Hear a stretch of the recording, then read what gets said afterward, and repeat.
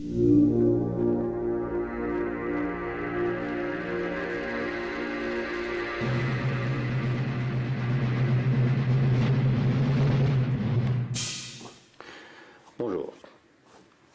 Aujourd'hui, on va parler un peu des arnaques des contrôles automobiles. Bon, c'est je suis français, on est en France, tout est de l'arnaque.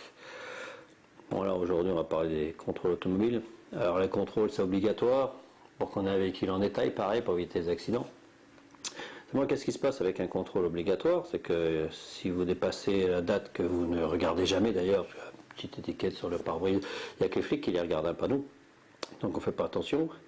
Mais les flics, quand ils nous arrêtent, ils nous foutent un PV, ils nous font payer parce qu'on n'a pas contrôlé la voiture. Si on dépasse de quelques jours la date de contrôle, la voiture devient dangereuse. Je ne sais pas, est-ce qu'elle prend une mitraillette, un bazooka, elle tire sur les autres voitures, je ne sais pas, mais tout d'un coup la voiture devient folle dès qu'elle a passé la date du contrôle.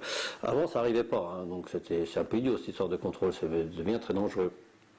Alors avant, je me rappelle avant qu'il y ait les contrôles, je faisais contrôler ma voiture tous les ans. C'était logique pour voir, je ne voulais pas avoir un accident. Depuis que les contrôles sont obligatoires, j'attends la date parce que sinon je l'ai dans le cul à chaque fois. Je suis obligé.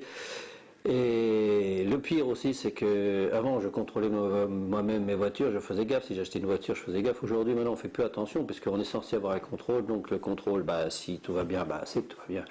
Seulement un jour, j'ai emmené un véhicule dans un centre de contrôle. J'ai pas mis d'ampoule. Il n'y avait pas d'ampoule de phare, il n'y avait pas de liquide de frein, c'est-à-dire ça tout petit peu, ça ne marchait pas, quoi. Si on roulait à plus de 10 à l'heure, on ne pouvait pas s'arrêter de toute façon. Il y avait le siège qui n'était pas accroché, il n'y avait pas de ceinture. Et je l'ai fait passer par un garagiste. Et une voiture que même la CARS n'aurait pas voulu tellement elle était en état lamentable, d'ailleurs la CARS n'en voulait pas, il fallait payer pour qu'elle la prenne. Et passer au contrôle avec un contrôle vierge.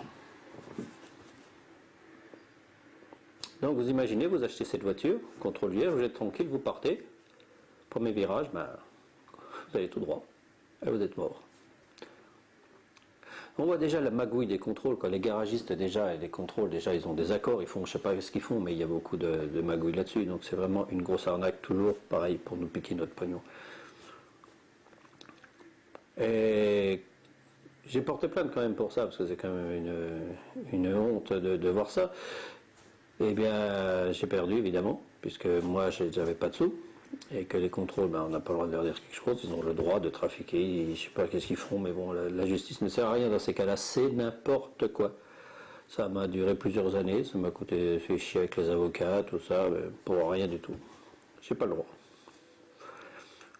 Et les mecs de contrôle, de toute façon, ils s'en tapés complètement. Tout le monde s'en fout, ils savent qu'ils risquent rien. Les mecs qui ont du pognon travaillent avec le gouvernement, avec les juges, tout ça. Je sais pas sur quoi ils se basent. Ceux qui vont en prison, pourquoi? Je sais pas. Est-ce que c'est parce qu'ils gagnent plus assez de sous? Je sais pas.